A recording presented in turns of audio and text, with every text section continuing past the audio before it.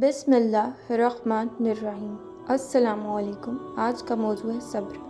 زندگی میں ہر انسان مشکلات سے گزرتا ہے، کہیں آزمائش ہوتی ہے، کہیں دکھ اور کہیں انتظار ہوتا ہے، لیکن جب انسان صبر کرتا ہے، اپنے رب پر بھروسہ رکھتا ہے اور حوصلہ نہیں ہارتا تو اللہ تعالیٰ خود اس کا ساتھ دیتے ہیں۔ صبر کا مطلب ہے کہ خود کو مضبوط رکھنا، اللہ تعالیٰ کے فیصلے پر راضی رہنا اور بھلائی کی امید کو برقرار رکھنا۔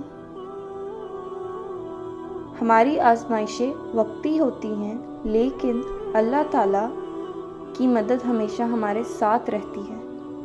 بس شرط یہ ہے کہ ہم صبر کرنے والوں میں شامل ہو جائیں۔ یا اللہ ہمیں صبر عطا فرما، ہمت عطا فرما اور اپنے نیک بندوں میں شامل فرما۔ آمین۔